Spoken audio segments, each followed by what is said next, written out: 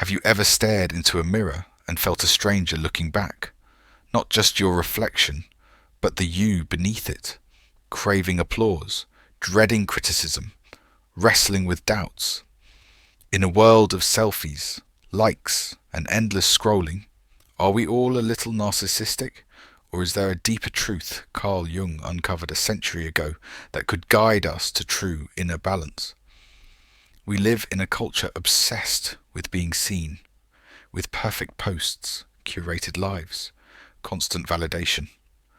What if chasing that spotlight pulls us away from who we really are? Jung, the master of the human psyche, saw narcissism not as vanity, but as a mask we wear to hide our fears. A mask that grows heavier with every like we chase, every flaw we conceal. This isn't just about you or me, but all of us, trapped between who we are and who we think we should be. That tension between our true self and the image we project can feel like a cage.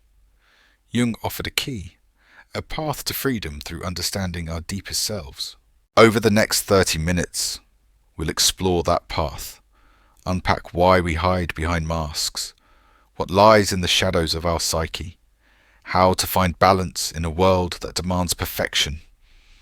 This journey isn't a lecture, but a mirror reflecting truths you might not expect. If you've ever felt lost in the noise of comparison or wondered why you're never quite enough, this is for you. Stay with me. Let's peel back the layers. Step by step, discover what Jung knew, that true strength lies in embracing the real you. Are you ready? Let's begin. Let's dive into narcissism, a word thrown around like confetti in our culture. From Instagram influencers to reality TV stars, even that friend who can't stop talking about their new car. But narcissism isn't just about snapping selfies or craving attention. Carl Jung, the Swiss psychologist who mapped the human psyche like an explorer charting new lands, saw it as something deeper, a disconnection from our true self that traps us in a cycle of chasing illusions. Picture yourself scrolling through social media. Everyone's life looks perfect. Polished posts, flawless vacations, glowing smiles. You're sitting there, maybe in sweatpants, feeling like you're falling short, like your life doesn't measure up. That's the narcissism trap. Not just loving yourself too much, but being obsessed with an image of yourself that's not even real. Jung called this image the persona, the mask we wear to impress the world, to fit in, to feel worthy. It's the version of you that's always witty, always successful, always in control, even when you're crumbling inside. We all wear this mask to some degree. Every time you post a carefully edited photo, bite your tongue to avoid looking weak, or chase approval from others. You're feeding that persona. The problem is, the more you feed it, the hungrier it gets, and the further you drift from your true self, the part of you that's raw, flawed, and real. Jung believed this disconnection fuels narcissism, because when we're cut off from our core, we start clinging to external validation, likes, compliments, status, anything to fill the void. Think about it. Why do we check our phones 100 times a day? Why do we feel a pang when someone unfollows us? It's not just vanity, it's a sign we're losing touch with who we are. But why do we fall into this trap? Jung pointed to our fear of vulnerability. Being real means showing your cracks, admitting you're not perfect, risking rejection. That's terrifying in a world that rewards polished facades.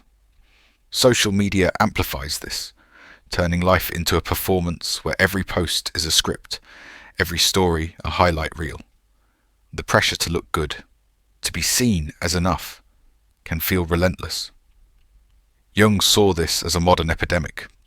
Even in his time, a society so focused on appearances that we sacrifice authenticity for applause. Now, let's get personal. Have you ever felt that tug to present a better version of yourself? Maybe you laughed at a joke you didn't get to seem cool, or stayed quiet about a struggle to avoid judgment. Those moments add up, building a persona that's more cage than shield. Jung warned that living for this mask comes at a cost. It drains your energy, dulls your joy, leaves you feeling empty even when the world calls you a star. The narcissism trap isn't about being a bad person. It's about being human in a world that pushes us to hide our humanity.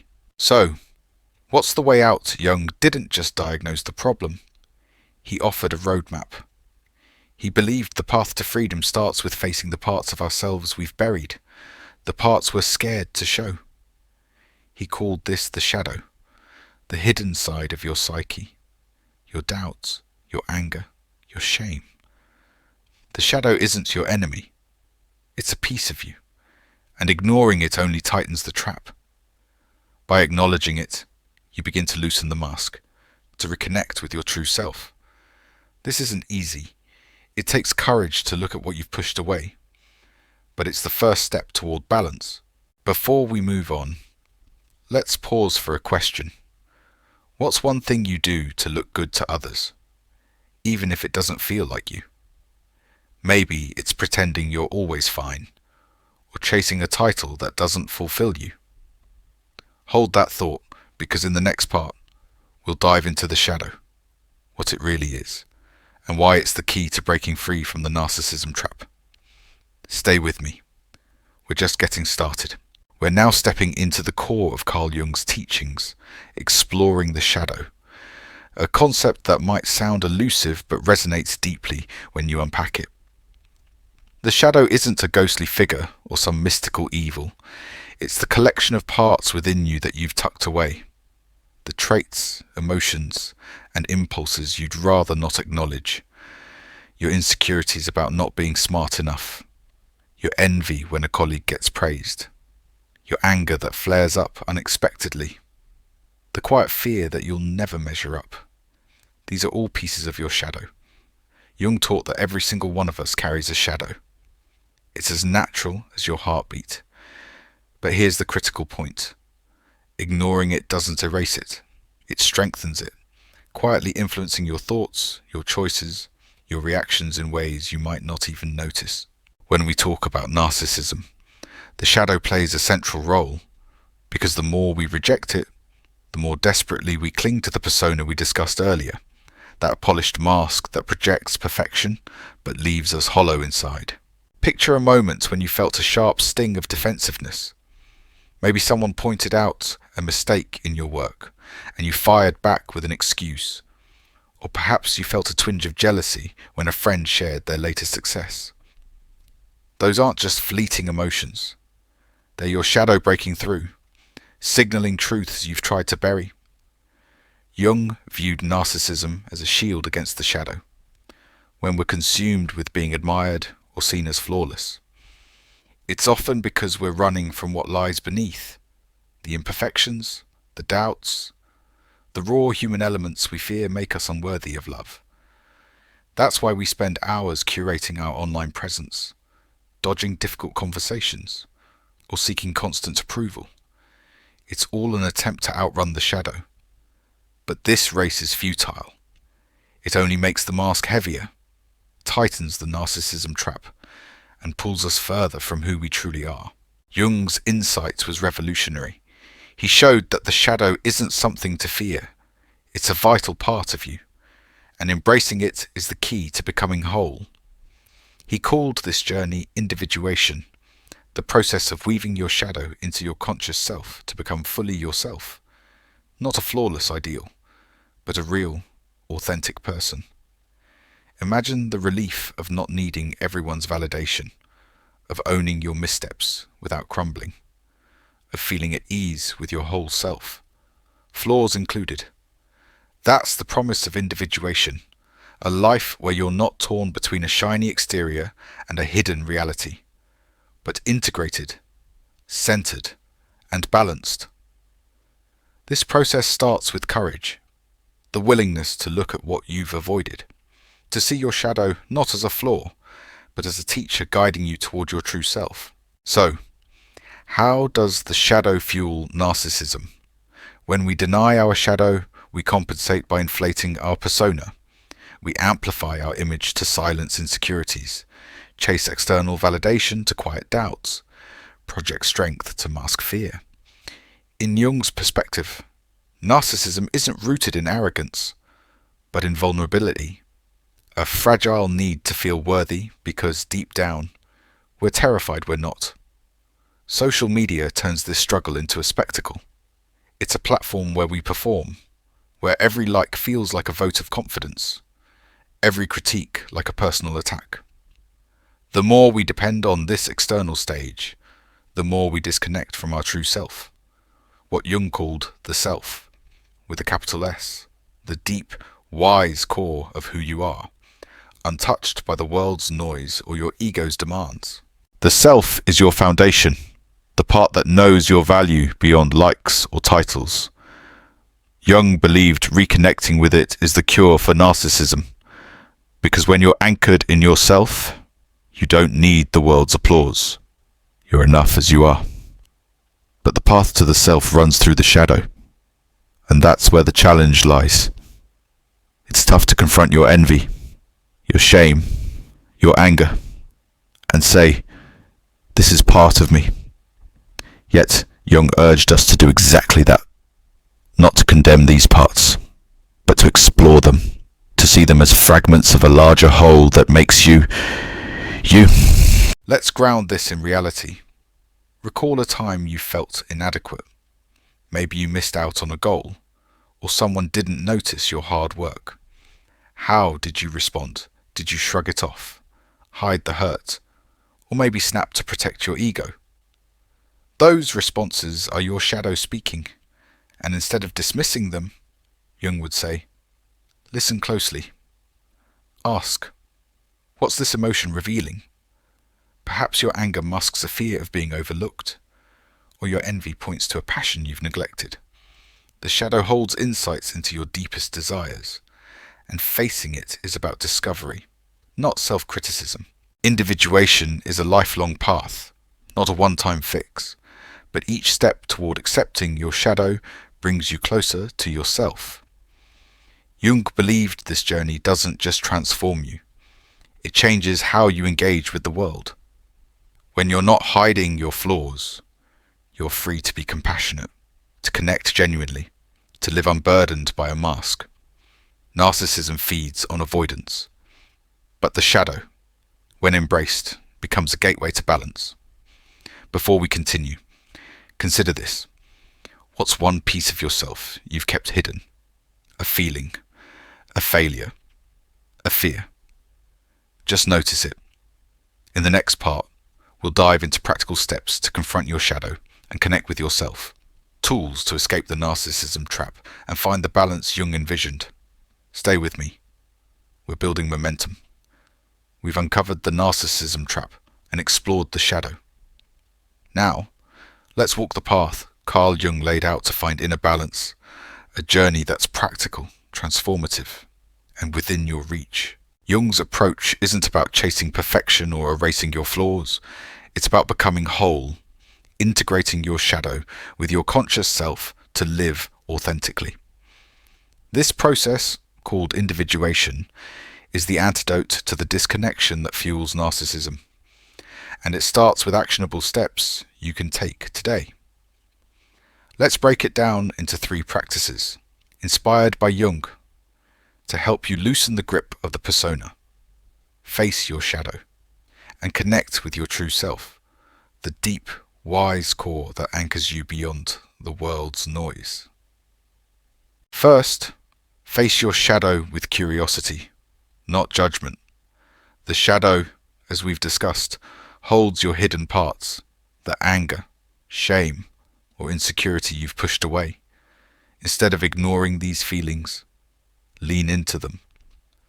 Next time you feel triggered, maybe someone overlooks your effort and you bristle, or you scroll past a friend's perfect post and feel inadequate, pause and ask, what's this emotion telling me? Is my anger masking a fear of being unseen?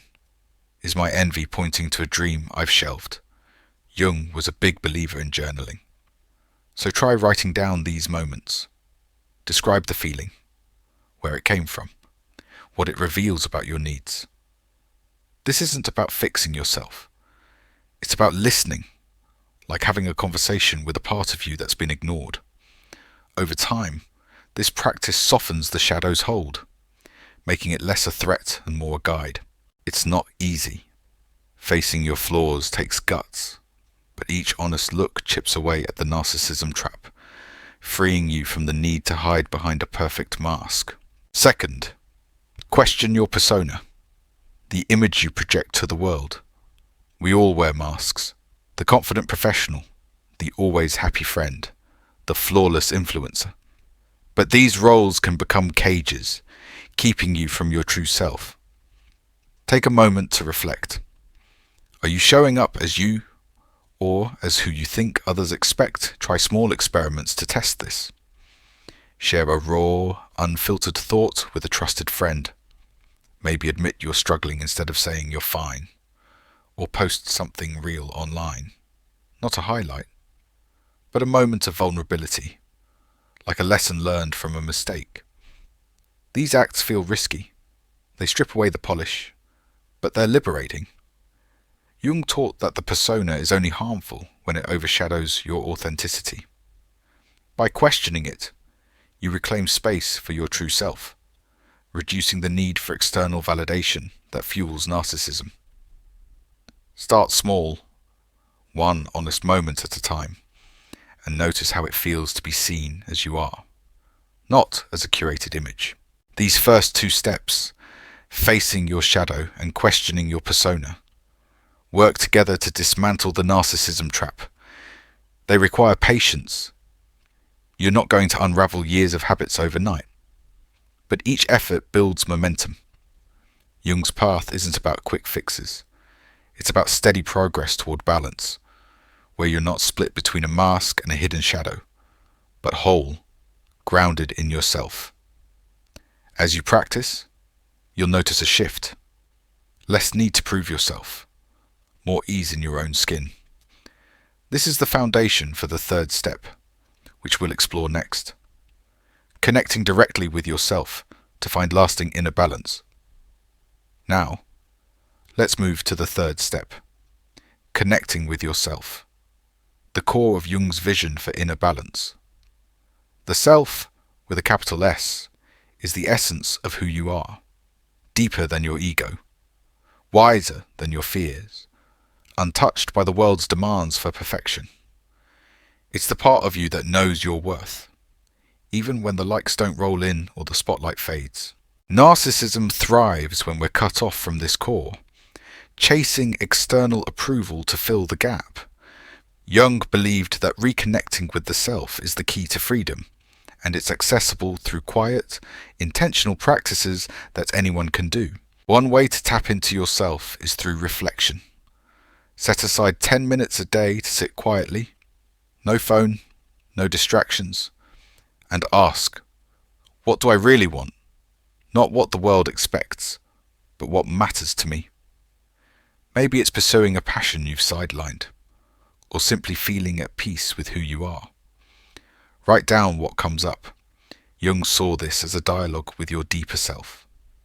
Another approach is creativity. Draw, paint, write, or play music, not to produce something perfect, but to express what's inside. These acts bypass the ego, letting yourself speak. If creativity isn't your thing, try meditation. Focus on your breath. Notice thoughts without judging them, and let your inner wisdom surface. These practices aren't mystical. They're practical, like exercises for your soul, strengthening your connection to the self over time. As you connect with yourself, you'll find less need to perform for others, less pull toward the narcissism trap. You'll start to feel enough, not because the world says so, but because you know it inside. This is inner balance, living from your core rather than a mask. Jung's path isn't about becoming someone new. It's about returning to who you've always been, beneath the layers of fear and expectation. Let's make this concrete. Think about a time you felt truly yourself, maybe laughing with a friend, lost in a hobby, or standing up for something you believe in? What was different? Likely, you weren't performing, you were just you. That's the self in action, and these practices help you live there more often. The journey isn't without challenges. Old habits, like seeking approval, will creep back. But Jung emphasized persistence. Each moment you choose authenticity over performance, you're closer to balance. These 3 steps, facing your shadow, questioning your persona, connecting with yourself, form a cycle. They're not a one and done deal, but a rhythm you build into your life. As you practice, you'll notice freedom, not just from narcissism, but from the weight of living for others' eyes. Before we move on, consider this. Which of these steps feels most doable for you right now? Maybe it's journaling about a shadow feeling, sharing a real moment, or sitting quietly to hear yourself. Hold that thought. In the next part, we'll explore why this journey matters, not just for you, but for the world around you. Stay with me. We're tying it all together. We've journeyed through the narcissism trap, faced the shadow, and walked Jung's path to inner balance. But now let's answer a crucial question. Why does this matter? Why should you care about unraveling narcissism, embracing your shadow, or following Carl Jung's century-old wisdom in a world buzzing with notifications and demands? The answer lies not just in your personal growth, but in the impact you can have on the world around you. Jung believed that healing yourself is the first step to healing society, and in a culture obsessed with appearances, this work is nothing short of revolutionary. Today's world feels like a stage.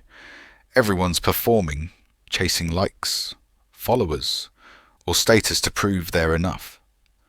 Social media amplifies this, turning every moment into a chance to be judged, every post a bid for validation. This constant pressure to shine breeds comparison, insecurity, and disconnection, not just from ourselves, but from each other.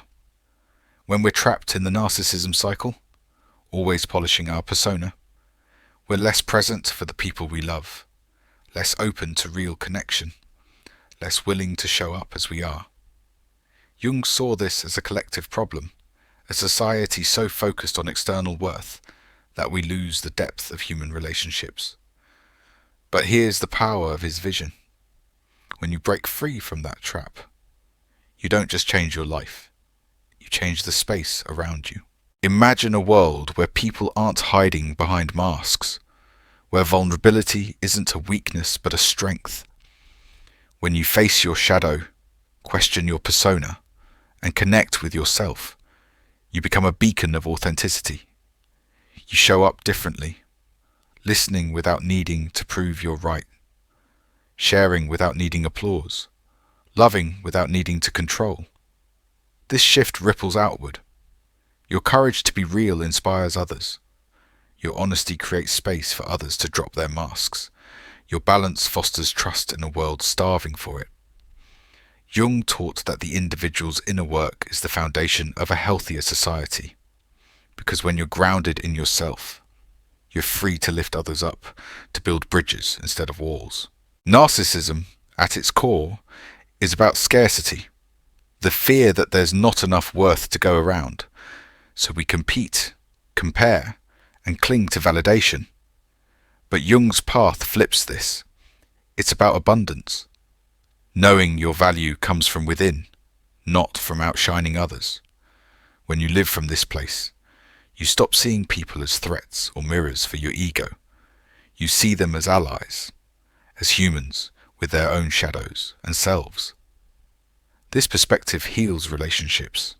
It softens judgment. It fosters empathy. Think about your own life. How often have you held back from someone because you were scared of looking weak? Now imagine if you didn't. If you showed up raw and real, how that could deepen your bonds, how it could spark change in your family, your workplace, your community. This is why Jung's work matters. It's not just about you finding balance. It's about creating a world where balance is possible for everyone. Every step you take toward authenticity challenges the culture of performance. Every moment you choose yourself over your persona weakens the grip of collective narcissism. You become a quiet revolution, showing that true strength isn't in being flawless, but in being whole. In the next part, we'll wrap up with a challenge to bring this into your life. But for now, think about this. What's one way you could show up more authentically today? Maybe it's a conversation, a post, or just a moment of honesty with yourself. This work is urgent, not just for you, but for a world that needs your realness now more than ever. Stay with me. We're almost there. We've travelled a profound journey together, unravelling the narcissism trap, facing the shadow, walking Jung's path to inner balance, and seeing why this work transforms not just you, but the world. Now it's time to bring this home with a challenge that can spark real change. Carl Jung showed us that true strength lies in embracing yourself, the authentic core beneath the masks and fears. This isn't a one-time revelation. It's a daily choice to live from that place. So here's my challenge. This week, take one small step toward your true self. Journal about a shadow feeling, like anger or envy, and ask what it's teaching you.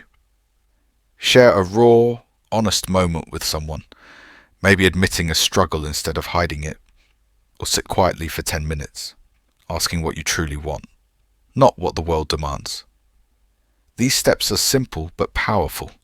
Each one loosens the grip of narcissism, bringing you closer to balance. You don't have to do this alone. We're all on this path, wrestling with personas, seeking ourselves. Tell me about your step in the comments. What did you try? How did it feel? Your story could inspire someone else to take their own leap. If this journey resonated, share this video with a friend, a co-worker, anyone who might need it. Let's create a ripple effect, spreading authenticity in a world that craves it. Jung's wisdom reminds us that every honest moment, every choice to be real, builds a better world, one person at a time. Thank you for spending these 30 minutes with me, diving deep into what it means to be human. If you want more explorations like this, subscribe, hit the bell, and let's keep uncovering the truths that set us free. Your journey to yourself is just beginning. Take that first step today. You've got this.